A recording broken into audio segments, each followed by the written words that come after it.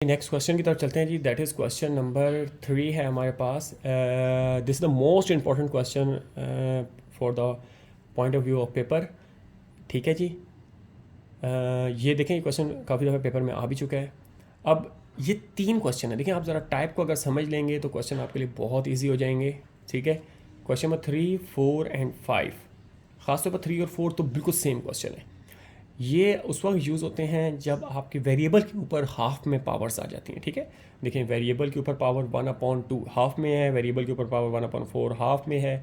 अगर क्वेश्चन 4 में भी आप देखें तो 2/3 हाफ में है पावर। जब भी वेरिएबल के ऊपर पावर हाफ में आती है तो ये वाली टाइप आप अपनाएंगे। इसमें करना क्या होता है, देखें, आए ज़रा क्वेश्चन के सोल्यूशन की तरफ आते हैं। बेटा, इसमें करना कुछ भी नहीं है। इसमें सबसे पहले तो सारी टर्म को एक तरफ करके इजिकल टू के ज़ीरो कर दें। ठीक है, देखें, यहाँ एक्स स्क्वायर है और यहाँ एक्स की वैल्यू 4 है, तो दोनों को एक तरफ, तीनों को टर्म्स को एक तरफ करना है। ठीक है जी, सोल्यूशन लिखा मैंने। तो सबसे पहले स्टेप में देखें, 5x की पावर 1/2, ये प्लस का था 7, तो वहाँ जाके माइनस का आ गया। माइनस का 2 है तो वहाँ जाकर प्लस का 2 आ गया। ठीक है, यहाँ तक कोई मसला। अब देखें करना क्या है बेटा। अब 2 तरीके हैं हमारे पास। नंबर 1, या तो ये जो 1/4 है, एक्स की पावर 1/4 है, इसको 1/2 बना दें, या जो 1/2 है इसको 1/4 बना दें। बिकॉज इन दोनों वेरिएबल्स को बिल्कुल हमने सेम करना है। तो सेम करने के लिए देखें, ये ज़्यादा इजी भी है। कैसे? इसको एक्स की पावर 1/4 हमने खुद से लिख दिया और होल पावर बेटा क्या लगा दी, स्क्वायर लगा दी।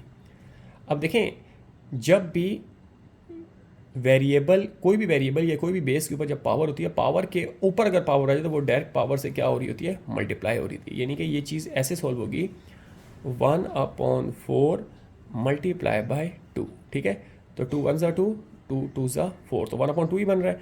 इसका मतलब है कि 1/2 को हम 1/4 लिखकर ऊपर हम पावर अगर स्क्वायर लगा दें तो क्वेश्चन में फ़र्क नहीं पड़ने वाला।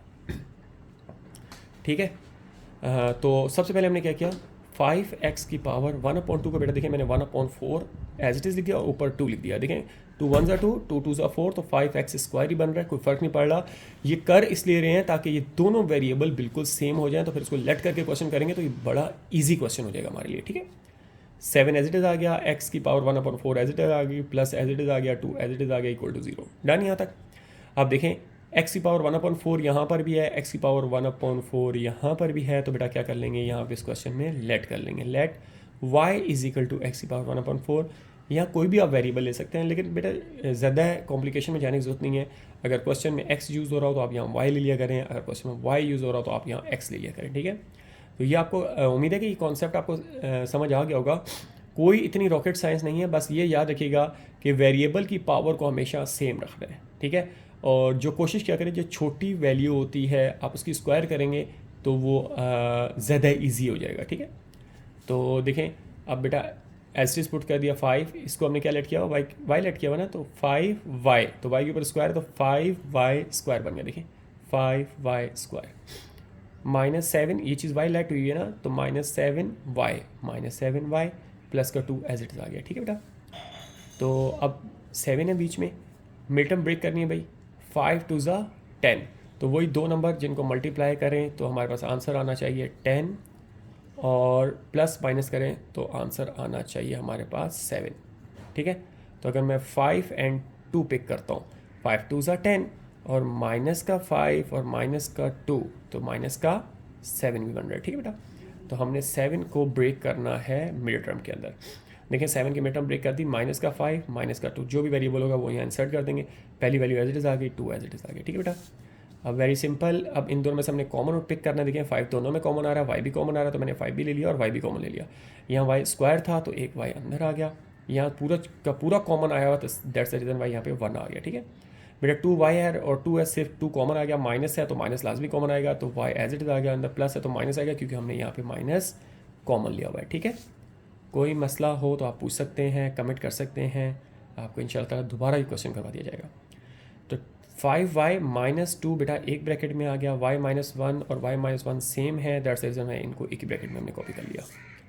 आइदर और आ चुका है बेटा, आइदर में पहली ब्रैकेट को इक्वल टू 0 लूँगा, देख लें, -5y 5y - 2 इक्वल टू 0, 2 बेटा दूसरी तरफ चला गया, माइनस का था तो पॉजिटिव हो गया, 5 मल्टीप्लाई हो रहा है तो वहाँ जाके डिवाइड हो जाएगा, y इज इक्वल 2/5 आ गया। ठीक है बेटा, यहाँ तक समझ गया आप। अब और पे आ जाएँ ज़रा, y-1 इक्वल टू 0, बेटा -1 उधर चला गया, y इज इक्वल टू 1 आ गया। ठीक है, अब देखें दो आंसर तो आ चुके हैं हमारे, लेकिन अब क्वेश्चन में देखें, क्वेश्चन में वेरिएबल एक्स यूज़ हो रहा है या वाई यूज़ हो रहा है। तो क्वेश्चन में तो वेरिएबल एक्स यूज़ हो रहा है, हमारे तो वाई की वैल्यू हमने फाइंड आउट कर ली है। तो अब बेटा देखें फर्स्ट लेट कहाँ हुआ है, देखें तो फर्स्ट लेट आपका यहाँ पर हुआ है, तो इट मीन्स दैट वाई की वैल्यू यहाँ पुट होगी तो एक्स निकलेगा, क्योंकि क्वेश्चन में एक्स है तो हमें सोल्यूशन सेट तो एक्स का ही चाहिए। चलिए आ जाते हैं ज़रा। तो देखें बेटा put in equation one implies that y is equal to x power 1/4। तो कुछ भी करना बेटा, वाई की जगह वाई की वैल्यू पुट करनी है। वाई की वैल्यू क्या है बेटा, वाई की वैल्यू है हमारे पास 2/5 और दूसरी तरफ क्या है एक्स की पावर 1/4। अब बेटा देखें एक्स की वैल्यू हमें फाइंड आउट करने के लिए नीचे क्या 4 है, तो इस 4 को खत्म करना है, और 4 को खत्म करना है तो taking power 4 on both side.